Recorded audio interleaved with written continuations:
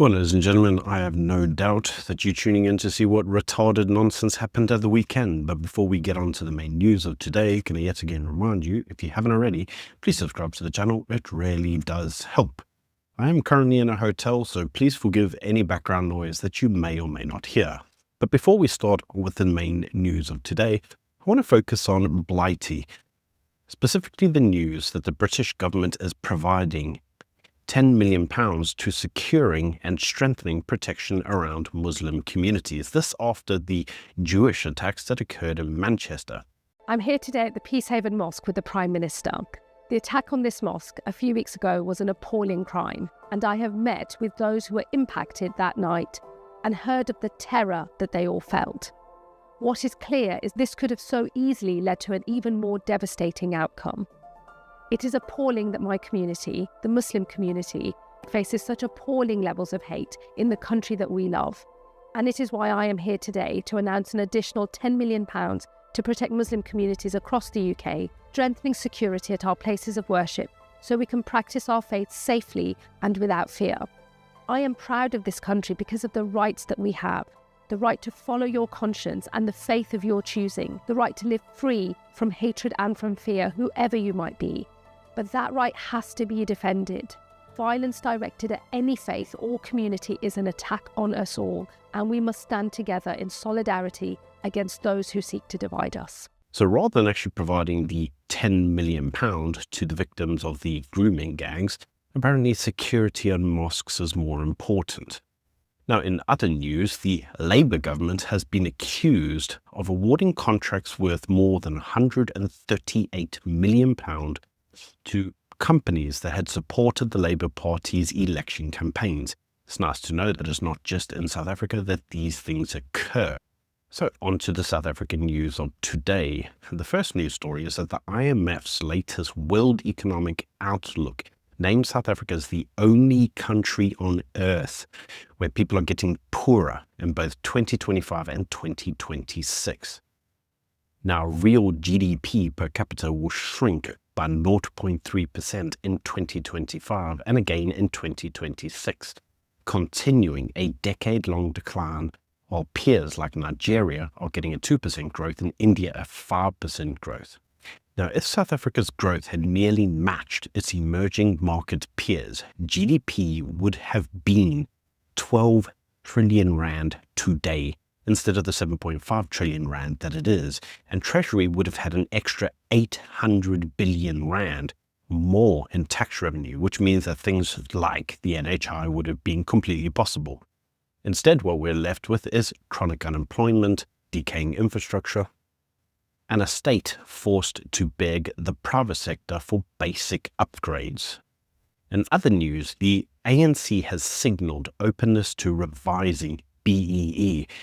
Yeah, I hear you. You're probably being pretty skeptical about now.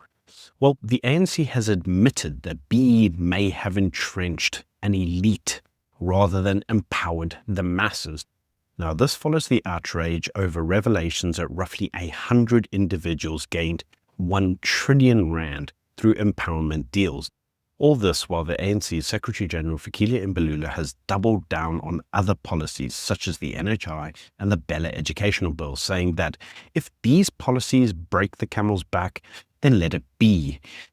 Fikile Mbalula says that he knows that the DA has warned that these policies could fracture the government and national unities, but he's saying, who cares? He says ultimately, if these policies such as BE, the NHI and Bella have to be amended, then he says his party might as well not exist.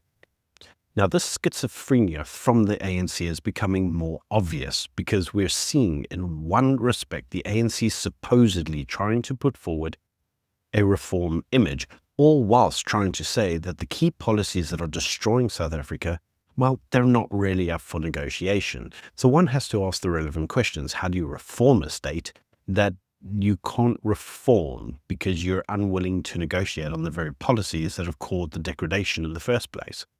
Now, talking of degradation, for those of you who have been following the state capture or police capture reports, well, they've been a doozy because the former Deputy SAPS Commissioner has warned that the rot in the police starts at the top, citing political interference and factional protection networks. Now, a separate investigation exposed WhatsApp exchanges of cash between businessmen and the SAP's organized crime head, confirming entrenched bribery. So all those allegations that were made appear to be, well, factual. Now, Becky Cele was questioned last week around the police capture, and he blamed the long-gone commissioner for dismantling units, even though Becky Cele has been the minister for years. So in typical fashion, we can see that when the ministers are questioned for what they did in their role, well, it's someone else's fault. And this typically is the ANC way. Now, talking of an ANC leader who's currently under the spotlight, let's turn our attention to Panyaza Lesufi, because the DA has filed a motion of no confidence over the whole crime wardens project. Now, for those of you who watched my video last week, you will recall that that project was deemed to be illegal and unconstitutional. And the DA is now using that as grounds to launch a motion of no confidence against the Gauteng leader. Now, critics say that these untrained wardens served as a vote-buying scheme funded by the taxpayer, but Lesufi insists that they helped the fighting crime where police failed, even though there's no evidence for it, and it clearly was a vote-buying scheme. Now on to other news, and rather shocking news, I must admit. South Africa has been removed from the grey list. And this has been hailed as a victory for financial reform and credibility of the financial system in South Africa. Yet, some analysts are suggesting that this is not a silver bullet, given weak law enforcement and ongoing elite immunity. Without jailing high-level offenders, the reform drive is merely cosmetic, especially while ANC figures still travel on, well, very high-profile criminals' jets and boats. So what we can take from this? Well, apparently we've been taken off the grey list. This is meant to mean that somehow there's a vote of confidence in the rand. I'm not really sure there will be. And somehow this is going to be the new herald of the new dawn of South Africa. I sincerely doubt it. In any case, let's move on to some other news that I know I'm going to get called out for, because this is just the way it is now in South Africa. The University of Cape Town is in court for adopting an Israel-Gaza resolution without assessing the financial risk. And this has jeopardized donor funding and global partnerships with the university itself, causing the university to, well, kind of fall down in terms of its international reputation. Now, this case itself reflects how South Africa's campuses are now becoming a battleground for foreign ideological wars, because this is what we like to do now in South Africa. We like to take other people's problems and make them our own, which is why we need to come on to the main story of today. And this is the address that occurred at the Nelson Mandela Foundation by the UN Special Rapporteur Francesca Albanese, who's accused Israel of genocide. Now, her claims made at the Nelson Mandela Foundation, according to this report, were rather, well, they were quite something to behold. The first is that apparently a collective crime has been made possible by the complicity of states that have enabled long-standing systematic violations of international law by Israel. And they facilitated this through direct support, material aid, diplomatic protection, and in some cases, active participation. So what she's now saying is that, well, every state that's engaged with Israel, regardless of who they are, like the US or maybe France or Canada or whoever else, they're all collectively responsible for genocide. Now, apparently, according to her, this has all been done through their partnership of Israel. So in retaliation, she suggested that there must be a large-scale boycott of Israel.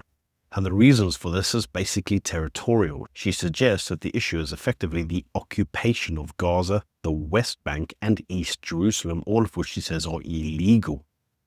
She further criticized in this report many what she classed as Western leaders who had apparently parroted Israeli narratives disseminated by the state and corporate media, and repeatedly debunked claims and erasing core distinctions between combatants and civilians.